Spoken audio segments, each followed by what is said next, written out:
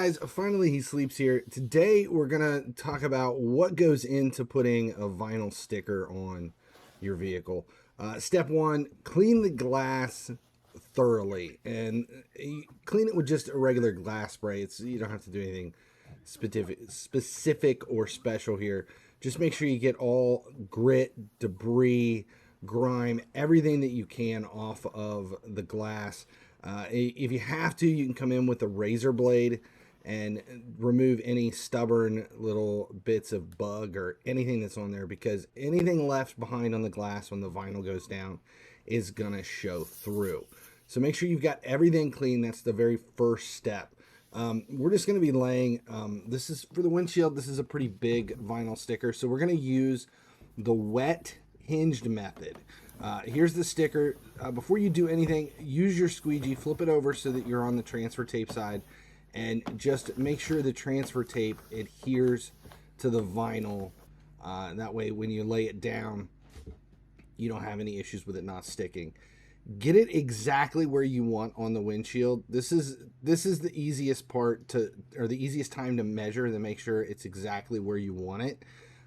Use a tape measure, check the sides, check the depth, make sure that it's exactly square and where you want it. Then what we're going to do is take some painter's tape and we're going to mark the corners of the transfer tape to create like a little guide of where we want it to be. We're not taping the sticker to the windshield. We're just putting in a square so that we know exactly where we want the transfer tape to sit. Now, the reason we're doing a wet lay for this one is because it's a pretty big sticker.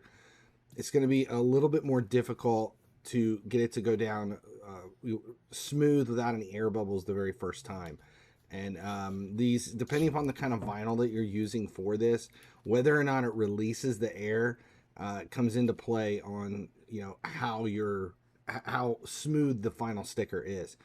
We're going to create a hinge using the tape. So I'm going to kind of go offset the center just a little bit to the driver's side here. Then we can pull the passenger side up away from the hinge, and you'll still be able to see the glass behind it. So we're going to separate the sticker and the transfer tape from the backing and then lay it off to the side.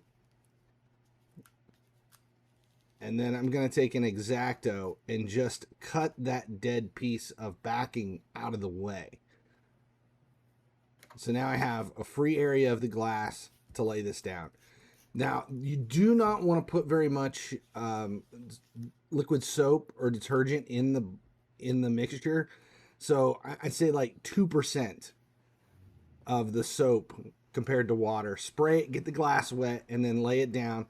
Don't go crazy on it. You just want to get the excess water out first. So just a few pulls to get it out of the way. And then we're going to move to the other side and do the same thing. I'm just going to move the hinge over and separate the transfer tape and the sticker from the backing and get it out of the way.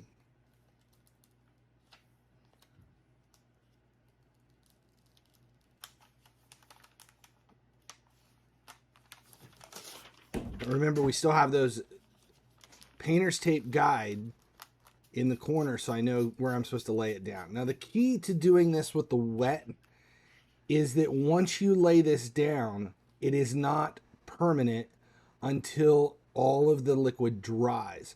So once we're going to squeegee this out a little bit, take a look at it, and if it's not exactly where you want it, we can peel the sticker right back up off the glass, adjust it. I decided I kind of want this a little bit higher, so we're going to shift it up on both sides, which you can do because it's still wet.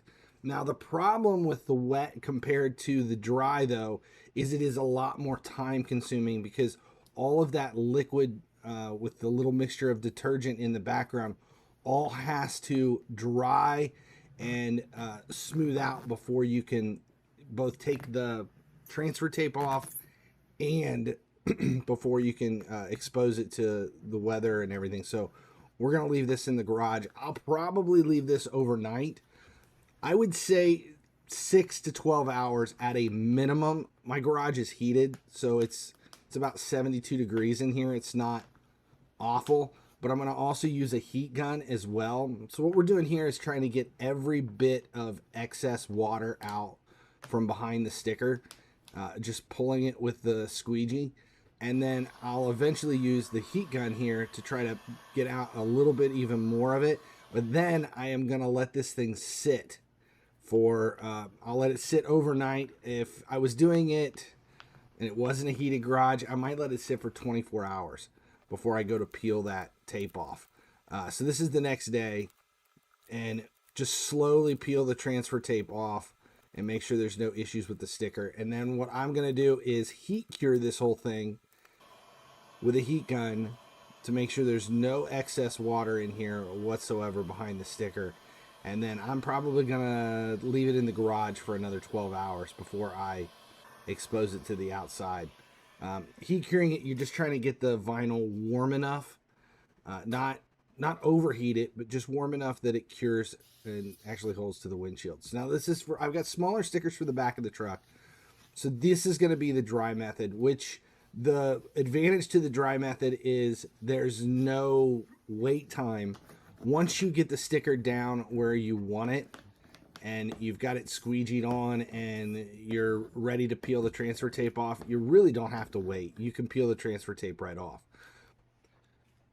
This only works for smaller stickers though. I'm going to lay the top edge of the sticker down once I have it placed where I want it, and just start from the top down. And I'm using my finger to start it, but then I'll use a squeegee to slowly pull the sticker down and make sure there's no air bubbles in it whatsoever. This is an easy way to do it on, like, this is the back glass of the truck, so it's pretty much flat. But once you have it where you're going to leave it, you cannot reposition it. If you try to peel this up at all at any point during it, it is going to pretty much permanently ruin the sticker. And you'll have to start over with a new one, because all this is cut tiny little pieces of vinyl attached to the transfer tape. So then you take the adhesive side of the vinyl, you stick it to the window, and then the transfer tape is not permanent, so it pulls away and leaves the vinyl sticker stuck behind. Then don't forget, the last step of this is to heat cure everything. This is a little bit bigger sticker. This is actually a 2-piece, so this one was a little bit more difficult. The other problem with this sticker was the 2 types of vinyl that were used to make it had different heat curing qualities, and each one had a little bit of different in release. So that one took a little bit longer in time. But make sure you heat cure everything when you're finished. That way, with the heat gun, that is the final step that a lot of people miss. But other than that, it's really not that difficult. Hope this information helped. If it did, make sure you subscribe here at YouTube. That way you never miss any of these Gearhead videos when they goes live. Stay tuned. The truck project will be back in the shop so that we can finish the paint here before long. And we have new wheels and headlights to go in it too. So there's more truck projects coming. I'm FinallyHeSleeps. Appreciate you guys hanging out with me tonight. As long as you keep showing up, I'll keep making videos. Appreciate you guys supporting the channel. Thanks for watching the video. If you're looking for more car related content, make sure you subscribe here on the Gearheads channel. If you're looking for video game stuff, we've divided YouTube up into 4 different channels.